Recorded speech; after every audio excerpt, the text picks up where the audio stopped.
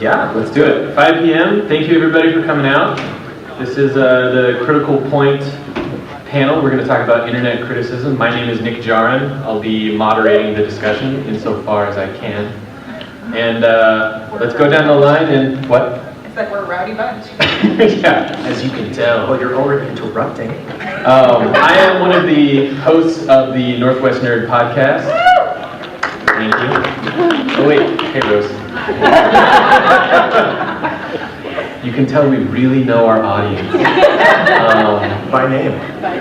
And this is my co-host to my right. So let's go down the line and go ahead and introduce each of ourselves and a little bit on how we approach criticism. So I'm mostly a member of the media, so I try to come at things from that perspective. I know that some of us are lean more academic or more fans, so we'll go down the line here. Yes, can you hear me? Can you hear him? Yeah. Does that work? I'll just trust you. You want my mic? I'm Dyer Oxley. I'm also on Northwest Nerd podcast.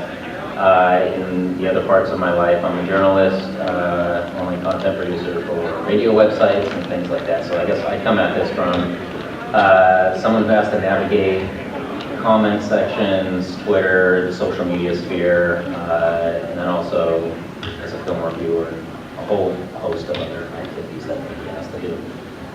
I'm Tobiah Panchin. I am one of the hosts of a podcast called View from the Gutters. Thank you. Which is a comic book club. So on each episode, one of our hosts brings a collected edition or graphic novel to the group, and we all read it and then we discuss it. And so we're coming at criticism from the perspective not of reviewers or academics or professional critics of any kind, but very much from a layperson's kind of story analysis. Like, this is what I liked about the story, this is what I didn't like about it, and comparing and contrasting our views as readers and as fans. I'm Melissa Brinks. I am the co-creator and co-host of Fake Geek Girls, which our tagline is a podcast looking at nerdy pop culture from both a fan and critical perspective, encouraging the things we love to do better. I feel like that pretty much sums it up. I am also the co-editor of the womenwriteaboutcomics.com game section. So for me, criticism is a mixture of coming at things from a fan and considering cultural context and analyzing things that we love. And from a games writing perspective, it's more general. I write more about things maybe that I don't like as well as things that I do like. And I approach it more from from a wider perspective, less so, because usually when I'm talking on my podcast, it's me and my best friend. So we're just talking about things how we talk about them normally. Whereas when I'm writing for a broader audience. Is it me? Okay, so I'm Kate Tansky. I am also a part of Women Write About Comics, but I am on the academic track. We have a track called Comics Academ, and that's my background. I am what's called an ACA-fan, if you guys are familiar with that term. It's someone who is in academia and also is a fan. So my background is an academic criticism and critique background, but also a fan criticism and meta background. And my work as an academic was to combine fan methodologies with academic methodologies for the greater good, basically. And so that's really where I'm coming from, and that kind of thing. Awesome. So that's who we are. Thanks for being here. So we've mentioned the word criticism a couple times, and it's going to continue to come up because we want to talk about how the internet has affected criticism and how we do it these days, and the very blurred lines between creators, critics, fans, and the toxicity that kind of runs through all of that pretty often, as much as that sucks. So before we get into the negative stuff, can I ask each of you on the panel, when criticism is good, what does it look like? What does it sound like? What is good criticism? Let's start with Missy, because she's looking right at me. Yeah, thanks. For me, good criticism is something that considers, I guess we talked about this a little bit, but there's an idea that criticism is just like, this is good, this is bad. And that doesn't work for me as a definition, because it's very easy to say something is good or something is bad, but we need to consider why. So for me, good, bad is a beginning step, it's not criticism itself. So good criticism to me, whether it's positive criticism, by which I mean something that's analyzing the way that a work functions, Or bad criticism, something that's analyzing the way that a work does or doesn't function. It's something that considers the context of a work. It's something that considers the way that it, like all of its different pieces. So I come, again, mostly from writing about games, thinking about the way that mechanics are working with story, the way that graphics are working with story, the way that all of these things are working together.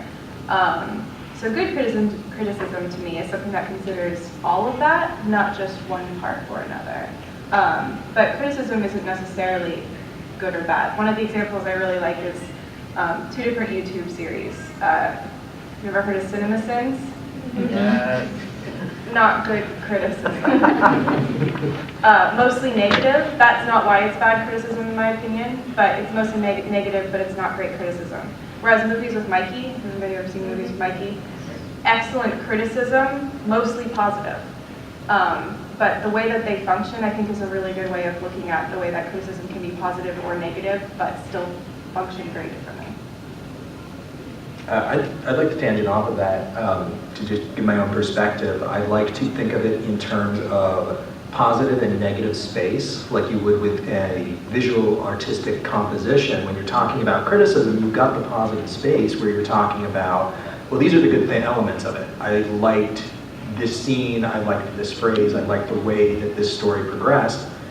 But then you can also talk about the negative space. You can say, well, I don't feel like this motif worked. I don't feel like the artist really put a metaphor together, or that this scene was framed as well as it could be. And you can use that to go, well, this is why it didn't work, and that tells me how it could have worked better. That you can use that to kind of build the composition in your mind and think about what would be good, if this is not. I could probably go off that too. A lot of media has kind of trained us to, I always go back to Siskel and Ebert. We try to, newspapers, TV tries to package things, something that's really easy and real simple and real quick. The first few paragraphs of an article, the first 5 minutes they can grab your attention on TV. So we always think of like thumbs up or thumbs down. It's very boiled down, whereas coming from like a writer or from even just a journalist perspective, criticism in my perspective is always very, very well welcomed. You don't really get better at anything unless somebody properly comes back at you with a red pen and tells you what works, what doesn't. It's not that what you did was wrong, what we did was bad. It's how you can improve and what did you do that was well, because knowing what you did that was good, you can use that as your strength and build off of that, whereas other points are weak. And everybody has this, and nobody really points that out, that everybody has weak and strong points to no matter what media you're doing. And so I guess criticism for me is more of like, the constructive criticism aspect of it. But far too often we are kind of packaged through various forms of media, just being negative, just being very, very hypercritical of anything.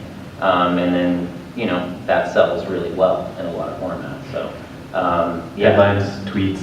Hot takes, yeah, things memes. like that. So, yeah, I guess it's where. Yeah, well, that actually spins really well into my perspective, which comes from, again, this sort of academic and fan method. And the tagline that I think of, I really wish I had like a poster or tote bag, is feminist frequencies, be critical of the media you love, right? Be critical of the media you love. People who go out and trash things like Ghostbusters just because it has a lot of girls in it, like, I don't consider that to be good criticism. When it comes from a place of love, of a place of I love this thing and I want it to be better, that's what good criticism is for me, and that's the kind of criticism that should be respected.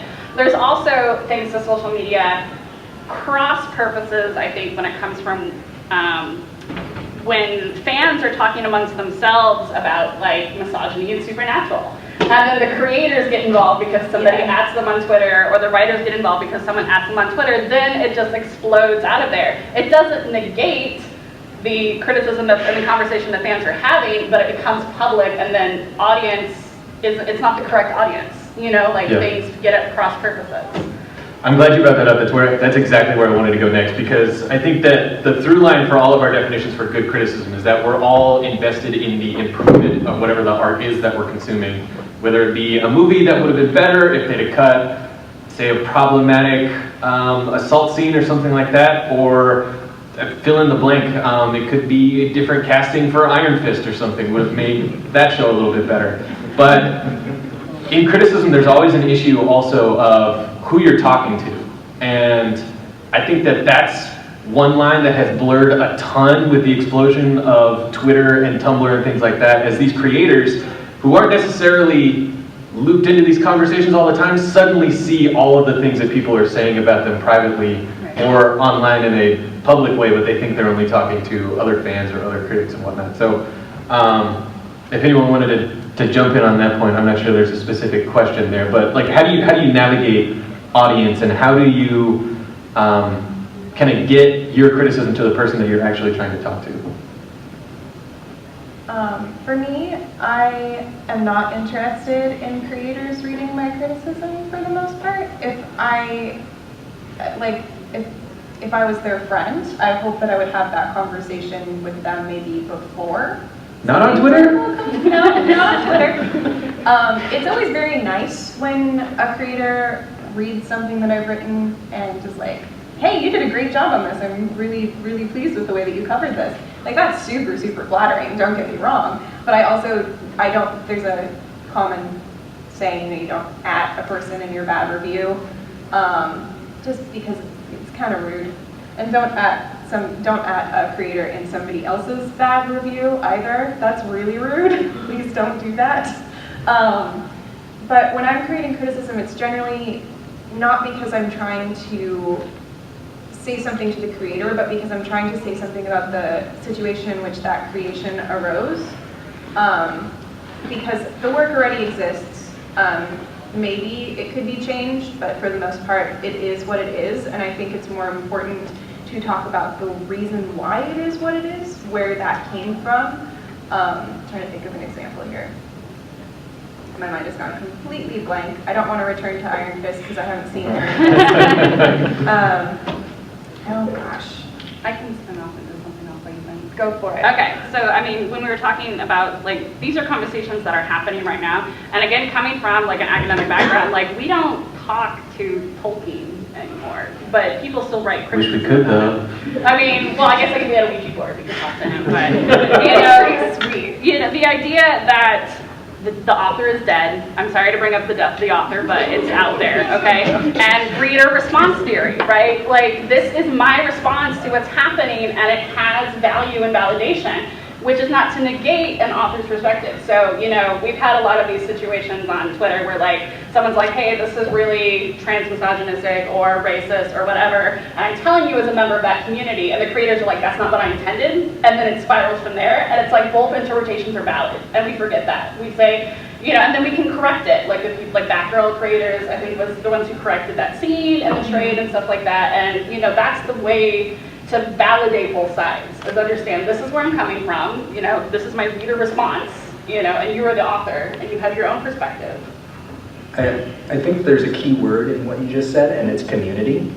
Because I think that when you're talking about audience and you're talking about having a critical conversation about a work, there is context to that conversation that people within one community will get, that somebody coming from outside of that community will not. And when you are both making a criticism and when you are reading a criticism, I think that you have to be cognizant of who that conversation is targeted at. And if a conversation isn't targeted at you, maybe you don't necessarily have to be part of that particular conversation. You can go off and have a conversation about the same work with a community that is going to be open to the kind of discussion that you want to have. I very specifically disengaged from Twitter last year after the whole Chelsea Kane thing. If anybody out in the audience isn't familiar with that, she was writing the Mockingbird series, and there was a huge outlash over the cover of one of the issues from people who were obviously not reading the series. But after that whole thing went down, I decided for myself, you know what, Twitter is not a place where I'm having useful conversations. I need to disengage from this and go and find a place where I can have discussions that I am going to get meaning and benefit out of. And I think that that is something that both as critics and as audience of criticism, we should all try and be aware of. Yeah, I have a love-hate relationship with Twitter. You love to hate it? Or is that just me? I love to hate it. It's, So admittedly, I'm a good example of consider the source. The source in this case has a certain disdain for Twitter and social media as forms of having conversations. You cannot fit a meaningful thought in how many ever characters that Twitter's letting to have these days. Strong disagree. There you go. How many I characters is can that? also. Yeah. I don't think that, but you know, I've actually had some interactions on Twitter where something has worked to my benefit, but Twitter, for me, is usually just the kind of a playfield for people to pile on for each other, to kind of, that negativity is very, very easy to do, and it's also very hard to kind of have a complete thought.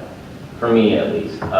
When I do any sort of feedback or conversation, I'm more of a private person, so maybe I'm more inclined to just reach out to them personally or do something where I can actually give a coherent thought.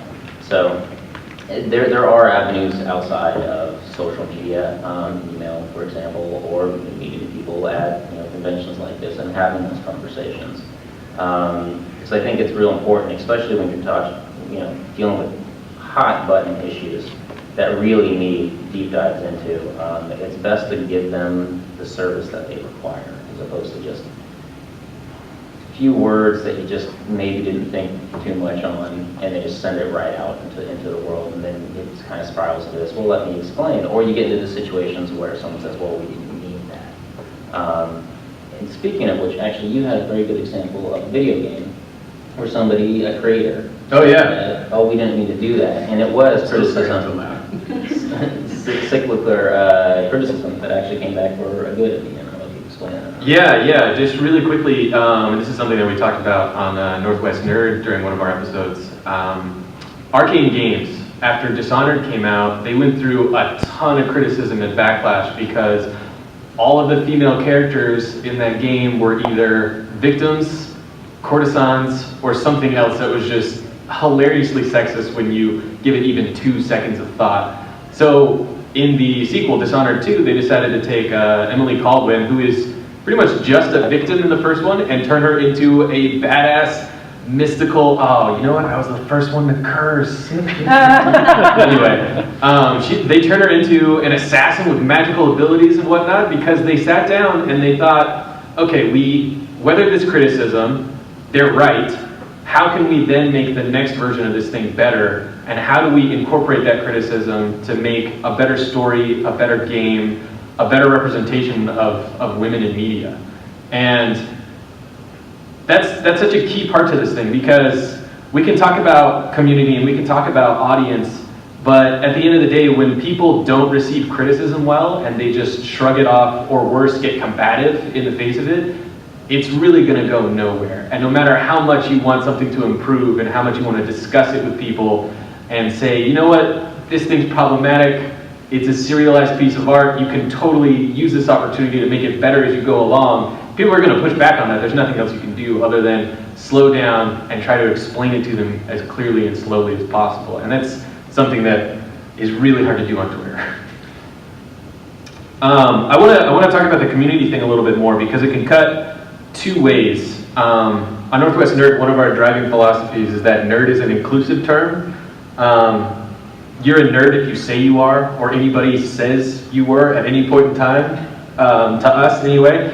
But when you want to be critical of something in nerd culture, people will come at you for saying anything negative about something, even if in the end you're okay with it. Like, I ripped Luke Cage to shreds on our show. I thought that there was a ton wrong with that show, just in terms of making good TV. How many times do we need to see Luke walking across the street, for example? And I disagree. Have you seen him walk, though? If he had his shirt off, my wife was like, just the whole I'm show. telling you, that's why. Okay. A lot of tight tees. I'm just saying from a story perspective. But that's what I'm talking about too. Like there are tons of Luke Cage stans or Marvel TV fans who will come at you for saying anything negative or saying like, oh, I thought you were a fan. Why are you attacking the show? I'm not attacking anybody. I just want it to be better. I write about video games. As a woman, I write about video games. No contest.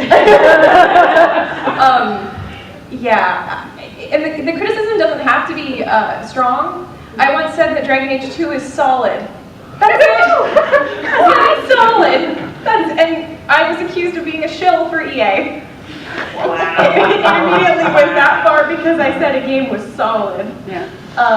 Yeah. I've been a alt-right and a communist at one point. Yeah, Hard to do. Yeah. That's pretty good. Sorry, I derailed. What was the No, I mean, it's a free-flowing conversation. I'm just here to moderate. If anybody, Yeah. Kate's got Yeah, I'm a, going to jump off on that because, again, I brought up Supernatural at the beginning because it's a great example of, like, I still watch the show. I still think it's misogynistic as heck, and it's got a lot of issues with race and representation. When you kill every woman, when you kill queer women, you know, when you kill, you know, everybody who isn't white, you know, that's an issue. But I still love the show. I watch it, you know, and so there's this idea of if you criticize something, you're not a real fan. And that's a big problem I have, because I come from a fandom tradition. I'm old school, like we're talking like 90s style of all, you know, like that kind of stuff. Like, that's almost part of being a fan, was to create criticism. That was one of the valid tracks in old school fandom. There was artists, there was fan fiction writers, there were bidders, and there were people who produced meta. So it's just mind-boggling to me that, like, if you criticize something, you're not a real fan. I totally. can you back up 1 second and just quickly define meta for people? Meta is what fans call critique and criticism, basically. It means, meta is a term that means one layer above, basically, so it's like taking a step back. So like instead of reviewing and saying thumbs up, thumb down, I'm going to take a step back or a step above and look at it from the top and give my thoughts about it, which is very cool. That was the most meta moment of the panel. Right? Let me meta explain what meta is. Oh, we got plenty of panel left to do. Yeah, we're also going to take some questions at the end. If anything provokes some thoughts within you, hang on to those tightly, and then walk up to the microphone towards the end. I did have one kind of thing that I wanted to just add on to the end of that conversation. Absolutely. Maybe that'll lead us to the next place, which is on the show that I do, we routinely have 4 or 5 people on the show. And just like with this panel talking about Twitter, when you have 5 people in a conversation, you're going to have 6 different opinions. Or more. And I don't think that a single week goes by on our show where we talk about a work and everyone agrees. 99 times out of 100, somebody's going to love something and somebody's going to hate that exact same thing. And you can say, I hated this, or I love this. And you can only have a screaming match at each other so many times before you realize, okay, well, we have to go beyond that. You have to go beyond, this is good or this is bad, and just saying, well, I liked it or I didn't like it isn't enough. And you have to start talking about, well, why? And start considering, well, what are my biases? What are the things that I like? You know, you'll frequently have a conversation where somebody will say, oh, well, there was a robot on the first page of this comic, and I love robots, and so I love this comic. And I was would recommend. and I was willing to forgive it for its sins. And I think that is a major component of a conversation when you're talking about audience and about communities and about, you know, the conversations that we're having as a fandom is, you know, going beyond simply this was good or this is bad as a mentality, and really starting to think about, you know, what was good, what made me like this, why was I overwilling to overlook the critical elements that other people are seeing. You know, if you really like seeing Michael Colton take his shirt off and walk across the street, you're going to be a lot more forgiving of Luke Cage than if you're somebody for whom that doesn't do anything. Both people are right. Yeah, exactly. And that's really my point, is that all perspectives have validity. But I think that when we have these conversations online, you're not getting that component of this person who's saying that this, you know, there's somebody out there who's going to say, Iron Fist was the greatest Marvel Netflix series that has been made. That person exists. I think we all want to meet that person, right? That person exists. But what you're not getting when you're having that conversation online is the context of, well, why does the person who's saying that say that? And maybe they have a very valid reason for ignoring all of that show's many flaws, because it's giving something that they truly care about.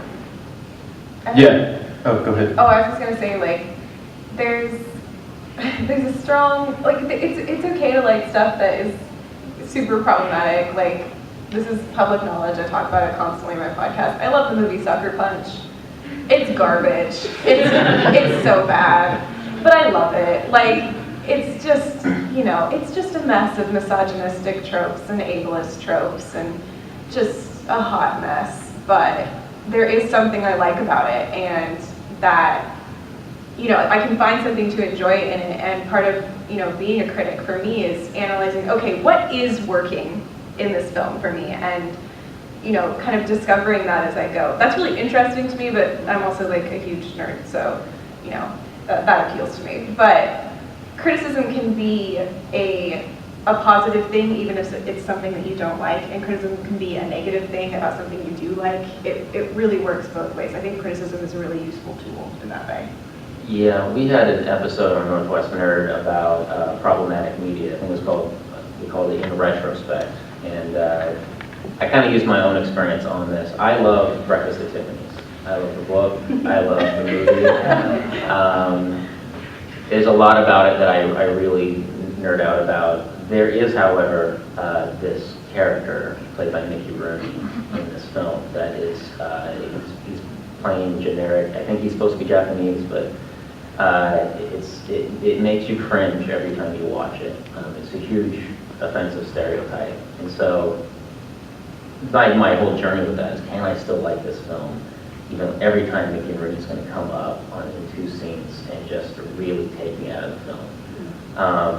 And yeah, every media that you find out there is going to be problematic. I think knowing and having an awareness and a conversation with yourself and others that there's a problem here is that's the benefit, that's the point, is having that conversation, going, okay, I can still enjoy Breakfast at Tiffany's, but I can also still have a conversation and move something forward just by acknowledging that, okay, they did something very wrong here.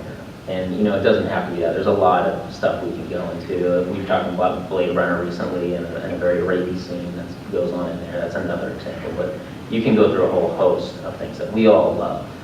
And you'll find something wrong with it, but have that conversation. I've been watching Supernatural from day one.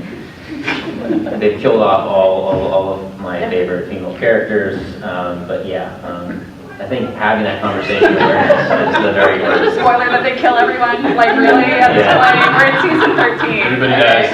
Yeah. All right, can I jump in there? Because I think one of the things that we're talking about is criticism should create that awareness. And it can be a self-discovery process or an awareness that other people didn't have before. Like, there was a point that you learned that Mickey Rooney playing a Japanese person is totally racist and whitewashing, and that's what criticism should do. It should create, and I come from a teacher background, so I'm an education person. I'm like, criticism for good. We need to create this awareness in people so that they can make that call for themselves of, yes, I can understand that this is a totally bad thing, but and this is the other part of the movie that I really like, that still works for me. Does good criticism have to be objective? I don't think that criticism can be objective. What is objectivity, honestly? That's how you can tell I'm okay with a bunch of critics. Yeah. I studied journalism for 2 years, and one of the things that stuck with me the most was, even our news articles, they still had some form of bias. It's as much about what details you report as what details you don't. And so, having studied that a bit and then transitioning into English, I struggle with the concept of objectivity. And again, as a person in games writing, there's a huge call for objectivity and objective reviews, and I would love to see an objective review. I'm not sure that I think an objective review is the game. It exists. It runs. An objective review is one that conforms to all of my biases.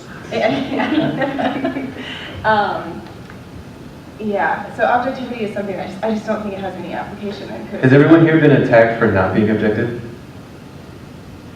Yeah. I Yes. wouldn't say attacked. When I was in academia, there's a whole trend to bring the personal, because academic is as dry and objective as a goal as you can get when it comes to writing. And so there is this push by women writers and people who are from minority backgrounds to bring the personal, like to kind of underscore that of like where I'm writing from as in the person in academia is not objective as you think it is.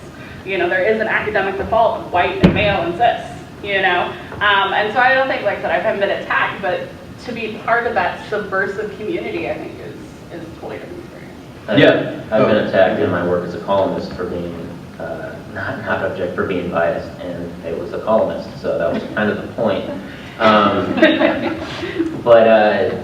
Yeah, everybody who works in any sort of journalism or anything, there's this idea of kind of like, and not in a bad way, but kind of gatekeeping of what kind of information is the most important to get out, what is actually edifying and informative. And so there's always going to be that filter going on. In doing that, though, that builds in a natural bias. And journalists kind of go through training, if they've done the right kind of training, to overcome that. But there's a reason they're going to be foolproof. There's always going to be some sort of blind spot, or they're going to have their own lens or filter, and they're not going to understand exactly what's going through, which is going to be great. Once it goes out, you're going to have other folks come back at you and tell you exactly where your blind spot is or what you did in a report. But then again, there also, I think, going to that negative toxic criticism, like I said, I've been a Trump supporter, I've been a communist, I've been socialist, and I'm just a messenger, you know, and so folks are usually going to see things through their filters as well that, you know, maybe you did not associate with yourself whatsoever. So I want to kind of get to some positive things before we start taking some questions, but how does one engage in good criticism or support others doing good criticism? I read a lot of criticism from as many places as I can get my hands on it. I read people I disagree with, I read people I agree with. Usually when I finish playing a game or reading a comic or reading a book or whatever, I take a moment to like think about it. Not just like, did I like that, but like, why did I like that? I ask myself a lot of questions when I'm reading. I'm one of those people that likes to write in my books. I'm sorry if that offends you, but I'm definitely a person who takes notes and likes to engage with the work because I'm enjoying it. And so for me, creating good criticism and is as much about consuming the work as it is consuming other people's work about the work and then going all the way down, I guess. Yeah. I'm not sure if this fits into what you were saying, but maybe beneficial in good criticism. I got maybe one example. So I was writing, it was the first time I ever wrote about it, and sometimes when you get a story or something, you just need to crank it out really, really quick, you know, and move on to the next thing. Sometimes journalists call it just making the sausage. You just got to keep, you know, cranking out the product. And it was the first time this group called Just Want Privacy in Washington State was pulling their effort to, you know, make sure transgender persons were not allowed to use the bathroom. And it was just one of these things: press releases, petitions going out, do a few paragraphs and send it out. And in that article, never really wrote about it. Wasn't really part of the community. I think I wrote something to the effect of, you know, Just Want Privacy is now started their effort to collect petitions so transgendered persons will not be able to use the bathroom that compromise their identity. And if any of you caught what I just said, I said transgendered. Didn't really register with me before. Now, two people came out to me on, in case you didn't get it, that's like saying someone got gay. So two people reached out to me on Twitter. One person really went after me and saying that, you know, I was, you know, othering people and my mistake, it was my screw up. But really was kind of going off about how I had just really screwed up and that I was probably doing it purposely, and that really kind of made me like a villain in the story. Another person reached out to me, both part of the community I was reporting on, and said, hey, you know, there's a website that for the LGBTQ community that we started for issues and points that maybe the AP style book has not covered yet. And in that was this whole thing about how to properly deal with transgender issues. the first person, just through the kind of negativity and kind of come at me, I should have listened to it and said, okay, I screwed up. But through that kind of got lost through the noise. Whereas the second person was critical, but was very, very beneficial and constructive with it. And the second person, their effort, not only changed the way I wrote things, got essentially me to disseminate that website through an entire newsroom, so that everybody in that newsroom now had a background and an education, how to properly report on this issue, which we were going to be reporting on for the next couple of years now, probably more, because that group doesn't seem to go away. But yeah, so we had kind of two approaches to it, and I understand that what I did was offensive. It was my fault. It was my screw up because I had no experience in it yet. But the second person took kind of thought in how they did it, and I think actually created change in what they did for the better, in my opinion. So I don't know if that was the way to do it. And it's not necessarily the easier thing to do. I'm half Filipino, and I used to work at a radio station where I was often the only person of color in a room, and that makes you have to speak for a lot of different people, and that's a ton of pressure to put on people. So when we talk about maybe someone who is transgender approaching you, that's not easy for them to do. Like, we should praise the heck out of that, because that's really impressive, because there's been tons of times where I've seen things happen and I'm like, I don't have the juice to deal with this today. And that's actually one of the things that I like about Twitter, is that it puts more things in front of more people, so that hopefully there's someone out there who will step forward. I would make quick 2 points kind of launching off of that. And the question of, what is good criticism? I think it's hard to say what good criticism is, but it's a lot easier to say what it isn't. And 2 things in that regard stand out to me, one of which is the absolutists. The people who will say, well, this person said something wrong, and therefore they are vile and should be condemned forever for it.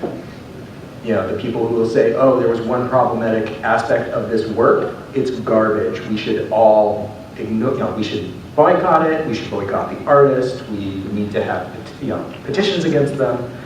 And hand in hand with that are the hot takes. The people who look at something and then immediately they're like, whatever my first most visceral reaction is, that's what I'm going to go with.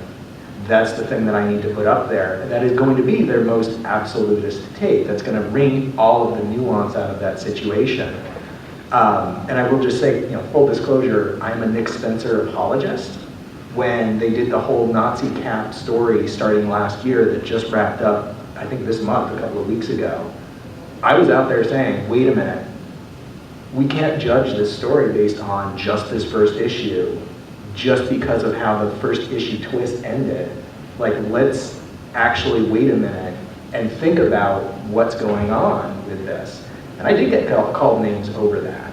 I got called a Nazi apologist. We had a conversation about, I didn't call you a Nazi apologist. No, you did not, that is true. And in the full light of day, I'm perfectly willing to admit that that story was not great. It was very far from great. But I think it's a very different thing to talk about that and criticize it, having seen the entire story and having had time to think about it and examine it from many angles, versus coming out right out of the gate and saying, Nick Spencer, you are a Nazi. Because that is something that a lot of people said, and I think that that's very wrong. I mean, you and I have had a conversation about this before. Absolutely. And I disagree with you to an extent there, because I agree the kind of culture of hot takes, you have to have first opinion first. You have to be the first one out of the gate with the opinion, and it has to be as wild as possible, because that's what's going to get you the most attention. Mm-hmm. That's not a great approach. But without getting too much into the weeds of that particular conversation, I don't think it's incorrect to form an opinion, especially on a serialized work, from an issue one, because I think that things have to work as a cohesive whole. But I also think that it's, there's, especially in something serialized, you have to consider the individual and you have to consider the whole. So, it gets complicated. And I respect your right to have a contrasting opinion. If there's one thing for awareness for people to have, I think, is that there is a market of hot takes. there are people intentionally looking out there to see what can grab their attention because they're fighting with everybody else. One of the things that brought me to Fake Geek Girls was because there is this concept of a fake geek girl. And I tracked down one of the guys that wrote for CNN who wrote one of these manifestos about it, and it turns out not only is he really, really sorry he wrote that, but he fully admits that even when he was writing it, he realized that this was wrong and brash, but it was going to get everybody talking about it. It's going to get everybody hating on him. It's going to get everybody having arguments with the people that hated on him. And then the article would cycle. Someone in the back room was on Google Analytics going, okay, man, we just shut up our click rate here on our website. So that there is kind of, you just be aware that there's kind of a manufactured hot take market out there that, sometimes you have to look past. I'm going to get to you in just a second, but we got about 10 minutes left, so if you have a question, go ahead and line up at the microphone. That way, I'm not just pointing at people and going in a random order. But go ahead on the other side. Yeah, I wanted to kind of jump off that because I think that really sums up my perspective in that I mentioned earlier that criticism in Meta was like a valid track. And so in my head, I think of critics as creators too. And just as we think that creators need to do better, we as critics can also do better. But also when it comes to how do you engage in good criticism, how do we create more good criticism, just like we tell, people from marginalized positions to become creators and give voice to that, we need that in criticism too. We need to not just, we need to not think about imposter syndrome and nobody's going to care about what I think. We need to understand that your perspective has value and matters, and we need to uplift those voices who matter, whether it be on social media or through other means. Can I be your I love that. What were you going to say there? I was going to say I love it. That was great. Okay, nice. Okay, Yes. so basically, What's your name? my name, I go by the name of Rhetoric. I run a website for the My Little Pony community called Horse News.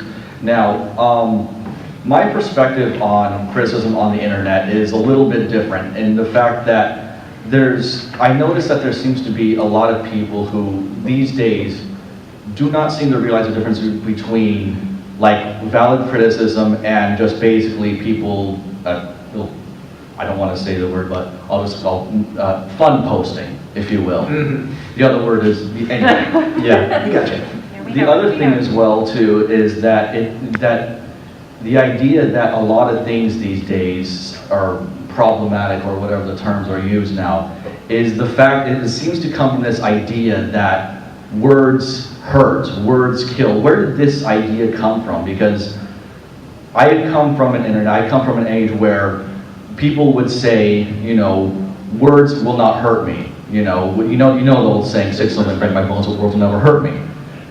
That seems to have been replaced these days by the idea that words hurt, words kill, words can do all sorts of terrible things. Words can cause trauma.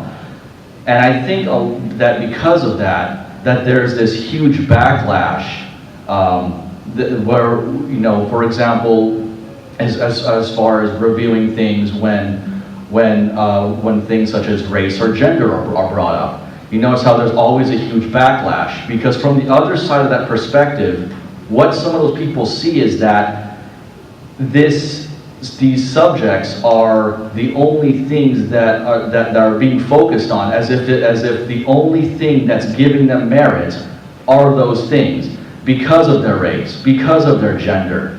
That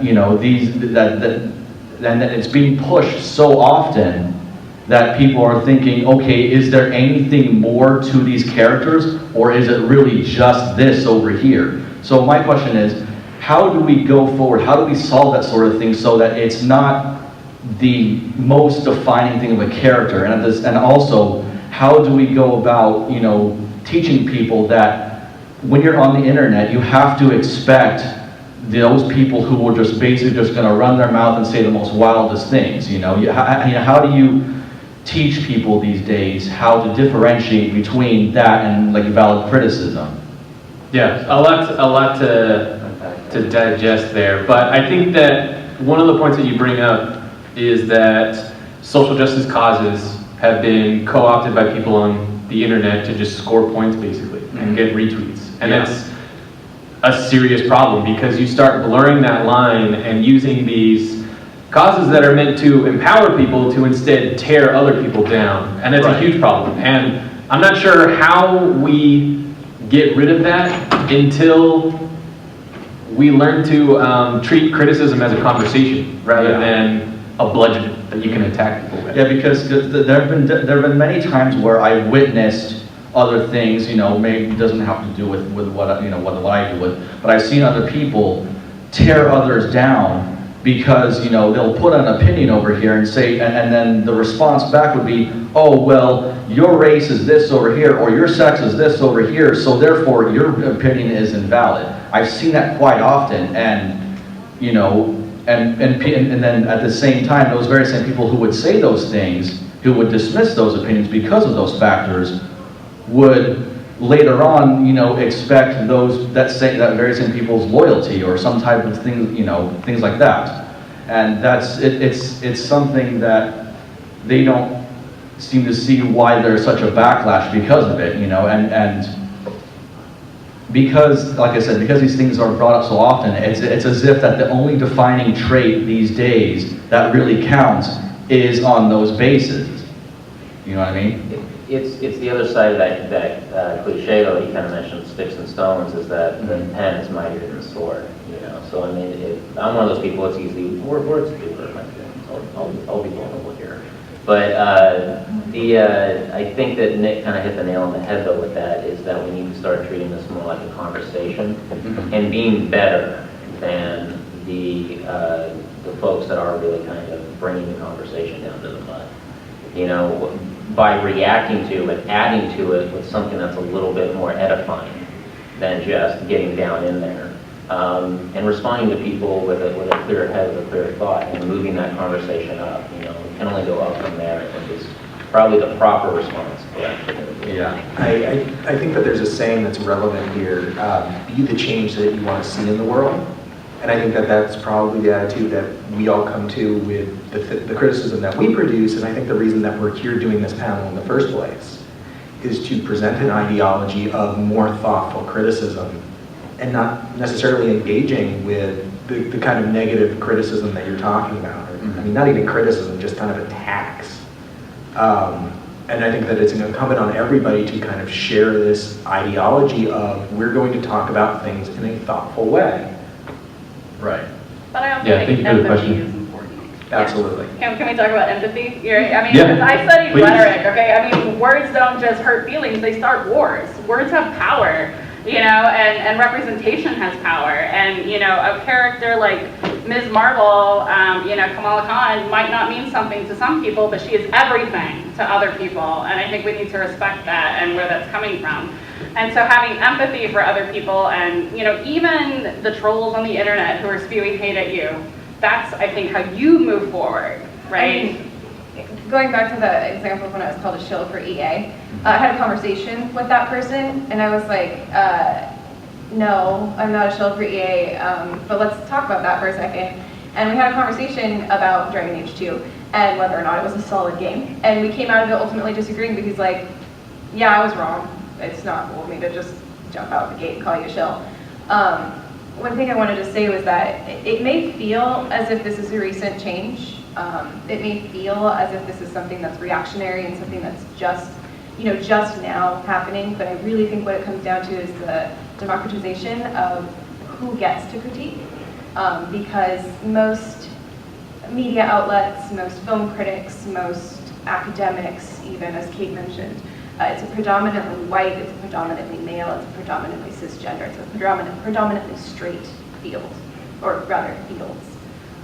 So now that we have social media and we have sites that are seeking those points of view that are often represented, we're seeing them more. And that may feel like whoa, where's this coming from? Everybody's so sensitive all of a sudden. But really these are conversations that have been happening forever, they just haven't been happening in the mainstream.